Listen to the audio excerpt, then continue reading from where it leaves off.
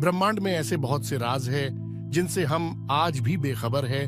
मानव जाति पूरे ब्रह्मांड के केवल 5% से ही वाकिफ है, परंतु वो 5% भी हमारे लिए इतना ज्यादा है कि सब कुछ जानना हमारे बस की बात नहीं है। कैसे ये सब होता है? ये बात शुरू करते हैं दिन और रात से कि कैसे हमारी पृथ्वी पर यह प्रक्रिया होती है। इस प्रक्रिया के पीछे कोई बहुत विशाल रॉकेट साइंस तो नहीं है, परंतु एक बहुत छोटा सा कॉन्सेप्ट है। इस प्रक्रिया को समझने के लिए आप समझिए कि आप एक लाइट की तरफ मुंह करके बैठे हैं। आपको प्रतीत होगा कि लाइट सीधा आपके मुंह पर आ रही है, परंतु आपके सर के पिछले हिस्से पर कोई भी लाइट नहीं पहुंच पा रही। क्या आप कुछ समझे? जी हां, आप बिल्कुल ठीक सोच रहे हैं। आपके फेस पर दिन है और आपके सर के पीछे रात। बिल्कुल ऐसा ही कुछ हमारे ब्रह्मांड में भी चल रहा है। हमारा सूर्य बिल्कुल एक बल्ब की भांति है जो कि हर समय प्रकाश उत्पन्न करता रहता है और अपने इर्द गिर्द की वस्तुओं को प्रकाशित करता रहता है। क्योंकि हमारी पृथ्वी गोल है, इसलिए इसका आधा हिस्सा सूर्य के प्रकाश में होता है और आधा हिस्सा अंधेरे में। जिस हिस्से पर सूर्य का प्रकाश गिर रहा हो वहां दिन और दूसरे हिस्से में रात होती है। पर एक सवाल आपके मन में ये उठेगा कि अगर एक ही जगह पर सूर्य का प्रकाश आता रहे तो पृथ्वी के दूसरे हिस्से में दिन कैसे होगा? तो इसका जवाब बहुत ही सरल है। जैसा हम सबको मालूम ही है कि पृथ्वी अपने अक्ष पर घूमती है और ये अपना एक चक्कर 23 घंटे 56 मिनट और 4 सेकंड में पूरा करती है, जिसे हम लगभग 24 घंटा मान लेते हैं। सूर्य का प्रकाश तो एक जगह पर ही गिरता रहता है, परंतु पृथ्वी धीरे धीरे घूमते घूमते अपने हर एक हिस्से को सूर्य के सामने लाती रहती है और इस प्रकार से पृथ्वी पर हर एक देश में दिन रात होता रहता है। जैसे कि भारत और अमेरिका दोनों देश एक दूसरे के पीछे हैं, तो जब भारत में दिन होगा तो अमेरिका में रात होगी और जब अमेरिका में दिन होगा तो भारत में रात होगी, तथा ये प्रक्रिया हमेशा ऐसे ही चलती रहती है। क्योंकि पृथ्वी अपना एक घूर्णन 24 घंटे में पूरा करती है, इसलिए हमारा एक दिन 24 घंटे का होता है, जिसमें से 12 घंटे दिन और 12 घंटे रात होती है ना? समझने में बहुत ही आसान। थोड़ी तो आइए आगे समझते हैं कि धरती पर मौसम कैसे बदलते हैं। इसे समझने के लिए भी आपको कोई साइंटिस्ट जैसे दिमाग की जरूरत नहीं है।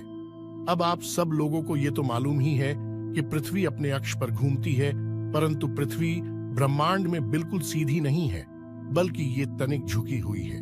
कहने का मतलब ये है कि पृथ्वी अपने जिस अक्ष पर घूम रही है वो अक्ष 23.5 डिग्री झुका हुआ है, जिससे कि पृथ्वी पर विभिन्न प्रकार के मौसम बनते हैं। मान लीजिए पृथ्वी पर 3 लाइंस हैं और जिस लाइन पर सूर्य का प्रकाश डायरेक्ट गिर रहा होगा वहां पर बहुत गर्मी होगी और अन्य जगहों पर सर्दी। मान लीजिए भारत इस ऊपर वाली लाइन पर है, तो भारत पर सूर्य की डायरेक्ट सनलाइट आने के कारण यहाँ पर गर्मी का मौसम होगा, परंतु इस निचली लाइन पर ऑस्ट्रेलिया है और यहाँ पर सूर्य की किरणें ठीक से नहीं पहुंच पा रही, जिस वजह से यहाँ बहुत ठंड होगी। और जितने भी देश इस ऊपर वाली लाइन पर होंगे उन देशों में गर्मी होगी, क्योंकि घूमते घूमते ये सभी देश एक एक करके सूर्य के सामने आते जाएंगे और उसकी गर्मी महसूस करते रहेंगे। और इस नीचे वाली लाइन पर सारे देशों में ठंड होगी। पर अब आपके मन में फिर से एक सवाल पैदा होगा कि अगर ऐसा ही चलता रहा तो ऑस्ट्रेलिया में गर्मी कैसे होगी, या फिर उन सभी देशों में गर्मी का मौसम कैसे आएगा जो इस निचली लाइन पर बसे हैं? तो इसका जवाब भी बहुत ही ज्यादा सरल है। जैसा कि मैंने पहले भी आपको बताया है कि पृथ्वी अपने अक्ष पर घूमती है, परंतु वो अपने अक्ष या एक्सिस पर घूमने के साथ साथ सूर्य के चारों ओर भी घूमती है और पृथ्वी सूर्य के इर्द गिर्द अपना एक चक्कर 365 दिन 6 घंटे और 9 मिनटों में पूरा करती है। और हम अपनी आसानी के लिए इसे 365 दिन ही मानते हैं और बाकी के 6 घंटे हम लीप ईयर में गिनते हैं। परंतु वीडियो को ज्यादा कॉम्प्लिकेटेड नहीं करेंगे और अभी के लिए लीप ईयर को इग्नोर करेंगे और इसे किसी और वीडियो में समझेंगे। जब पृथ्वी सूर्य का चक्कर लगाते लगाते इसके दूसरी तरफ आ जाती है तो ये नीचे वाली लाइन सूर्य के बिल्कुल सामने आ जाती है और ऊपर वाली लाइन सूर्य की डायरेक्ट किरणों से दूर चली जाती है। जिससे होता यह है कि अब नीचे वाली लाइन पर जो देश होंगे उन पर सूर्य का सीधा प्रकाश आएगा और यहां पर गर्मियां आ जाएगी और दूसरी लाइन में बसे देशों में सर्दी आ जाएगी। मतलब कि अब ऑस्ट्रेलिया में भयंकर गर्मी और भारत में खूब सर्दी होगी। परंतु इसके अलावा दो स्थितियां और भी होती है जिसमें कि धरती सूर्य के सामने ऐसे स्थान पर होती है कि सूर्य का प्रकाश इस बीच वाली लाइन पर गिरता है, तो इस स्थिति में ऊपर या नीचे किसी भी लाइन पर सूर्य का सीधा प्रकाश नहीं जाता और अब इन देशों में ना ज्यादा गर्मी होती है और ना ही ज्यादा ठंड। इन मौसमों को हम ऑटम और स्प्रिंग बोलते हैं और हिंदी में शरद ऋतु तथा वसंत। इस ऊपर वाली लाइन को ट्रॉपिक ऑफ कैंसर बोलते हैं, यानी कि कर्क रेखाओं, और इस नीचे वाली लाइन को ट्रॉपिक ऑफ कैप्रिकॉर्न यानी कि मकर रेखा बोलते हैं, और इस बीच वाली लाइन को इक्वेटर यानी कि भूमध्य रेखा बोला जाता है। जब सूर्य का प्रकाश कर्क रेखा पर सीधा गिरता है तो उसे समर सोल्स्टाइस बोलते हैं और ये दिन 21 जून को होता है। ये दिन पूरे साल का सबसे ज्यादा गर्म दिन होता है। और इसके विपरीत जब सूर्य का निशाना मकर रेखा पर होता है तो उसे विंटर सोल्स्टाइस नाम से जाना जाता है। ये दिन साल का सबसे ठंडा दिन होता है और 22 दिसंबर को ये दिन हमारे कैलेंडर में शामिल किया गया है। इसके अलावा आप सभी लोग एक चीज और जानने के बहुत इच्छुक होंगे कि धरती पर कई जगहों पर 6 महीने दिन और 6 महीने रात कैसे होती है। तो आइए आपको ये चीज भी समझा देते हैं।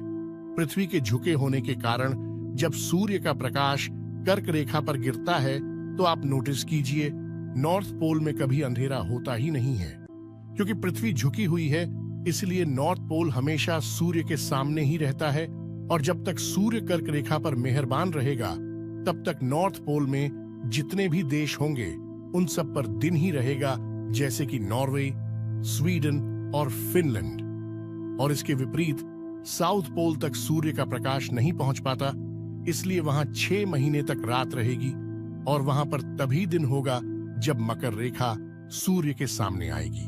मैं आशा करता हूं कि आप लोगों को इस वीडियो के माध्यम से हमारी पृथ्वी पर होने वाले दिन रात और मौसम के बारे में अच्छे से जानकारी मिल गई होगी। अगर आपको वीडियो पसंद आई तो हमारे YouTube चैनल को लाइक, शेयर एंड सब्सक्राइब कीजिए। मिलते हैं ऐसी ही किसी और रोमांचक वीडियो में।